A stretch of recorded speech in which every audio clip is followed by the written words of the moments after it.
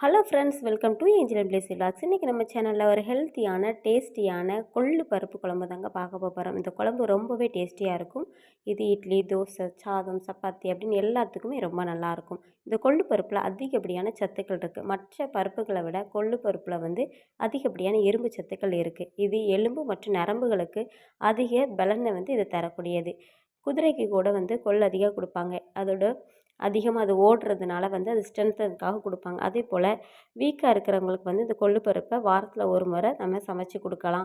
ரசமாக வச்சு கொடுக்கலாம். ரசம் என்னென்னு பார்த்தீங்கன்னா, உடலில் இருக்கிறத எல்லா சளியை இது வெளியேற்றும். மாதவிடாய் சரியாக வராதவங்க சீரகம், கொள்ளு இது ரெண்டையும் ஊற வச்சுட்டு அதை வேக வச்சு அந்த தண்ணியை குடிச்சிட்டு வரும்போது மாதவிடாய் பிரச்சனை, வெள்ளைப்படுதல் பிரச்சனை எல்லாமே சரியாயிரும். இப்போ கொள்ளு பருப்பு குழம்பு செய்கிறதுக்காக நான் இப்போ பாத்திரத்தில் கொள்ளு பருப்பை சேர்த்துக்கலாம். அதை லைட்டாக வறுபடணும்.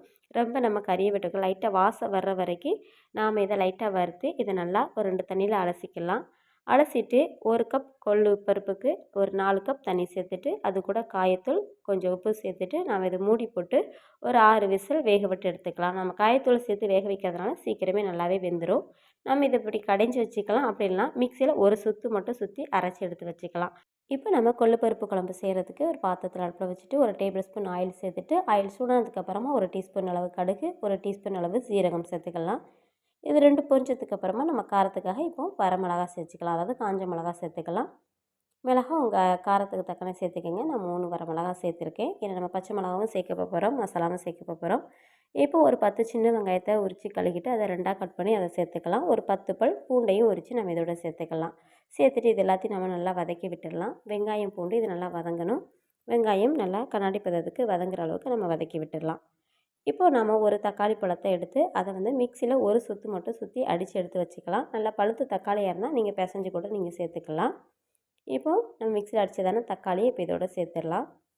சேர்த்துட்டு இதை நம்ம வதக்கி விட்டுடலாம். இது கூடவே நம்ம ஒரு பல்லாரி வெங்காயத்தை நம்ம மிக்சியில் அரைச்சி எடுத்து வச்சுக்கலாம். நம்ம தக்காளி, வெங்காயம் இதை தனியாக சின்ன வெங்காயம் வதக்கிறதுக்கும் பல்லாரியும் தக்காளியும் இதே போல் நம்ம மிக்சியில் அடித்து நம்ம சேர்க்கும்போது குழம்பு நல்லா கிரேவியாக இருக்கும். சாப்பிடும்போது நல்லா டேஸ்டியாகவும் இருக்கும். இப்போது வெங்காயத்தை அரைச்சி இதை சேர்த்துக்கலாம். சேர்த்துட்டு இது எல்லாத்தையும் நம்ம வதக்கி விட்டுடலாம். இப்போது வெங்காயம், தக்காளி இதெல்லாம் பச்சை வாடை போகிற வரைக்கும் நல்லா வதக்கி விட்டுடலாம். இது நல்லா வெந்ததுக்கப்புறமா நாம் இது கூட தேவையான அளவு மசாலா பொருட்களை சேர்த்துடலாம். இப்போ பார்த்திங்கன்னா எல்லாமே வெங்காயம் எல்லாம் தக்காளியும் நல்லா வெந்துருச்சு. இப்போ 1 டீஸ்பூன் அளவுக்கு மஞ்சள்தூள் சேர்த்துக்கலாம். அப்புறம் 1 டீஸ்பூன் அளவுக்கு சாம்பார் தூள் சேர்த்துக்கலாம்.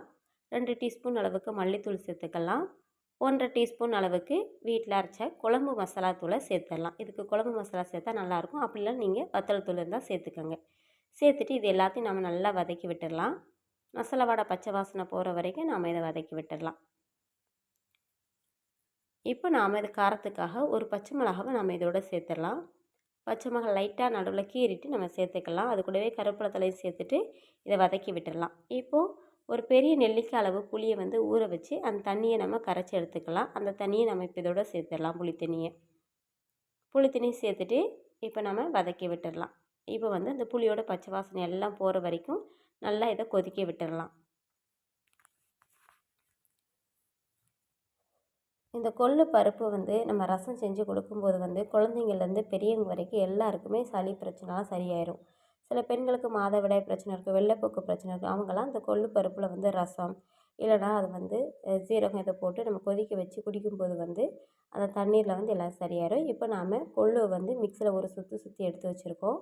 நீங்கள் கடைஞ்சி இல்லைனா மிக்சியில் இதே போல் அடித்து நம்ம சேர்த்துக்கலாம். அங்கங்கே பருப்பு இருக்கும், அதனால் ஒரு சுற்று மட்டும் விட்டாலே போதும்.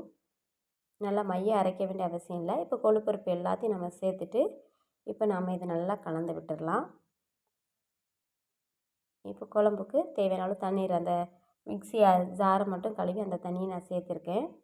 சேர்த்துட்டு இப்போ எல்லாத்தையும் நாம் நல்லா கலந்து விட்டுடலாம். உங்களுக்கு இன்னும் தண்ணி வேணுனாலும் நீங்கள் சேர்த்துக்கோங்க.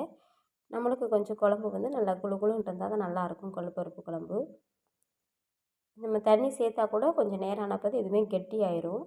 இப்போ இது எல்லாத்தையும் நம்ம கலந்து விட்டுட்டு இப்போ நம்ம உப்பு சரி பார்த்துட்டு தேவையான அளவு உப்பை நம்ம இப்போ இதோட சேர்த்துக்கலாம். சேர்த்துட்டு அடுப்பை மீடியமில் வச்சுட்டு இது நல்லா ஒரு 2 கொதி நல்லா விட்டுடலாம். அந்த புளியோட ஃப்ளேவர், நம்ம தக்காளி, வெங்காயம் எல்லாமே அந்த கொள்ளோடு நல்லா சேர்ந்து வெந்து வரணும். இப்போ பாருங்கள் நல்லா கொதிச்சிருச்சு. இப்போ கடைசியாக நம்ம மல்லித்தூளை தூவிடலாம். தூவிட்டு ஒரு 5 மினிட்ஸ் வச்சுட்டு நம்ம ஸ்டவ்வை ஆஃப் பண்ணிடலாம். இந்த கொள்ளு வந்து கொஞ்சம் அடி பிடிக்கும், அதனால் நீங்கள் நல்லா அப்பப்போ கிளறி விட்டுக்கிட்டே இருங்க. இப்போ பாருங்கள், நம்மளோட டேஸ்டியான கொள்ளு பருப்பு குழம்பு தயாராகிட்டு.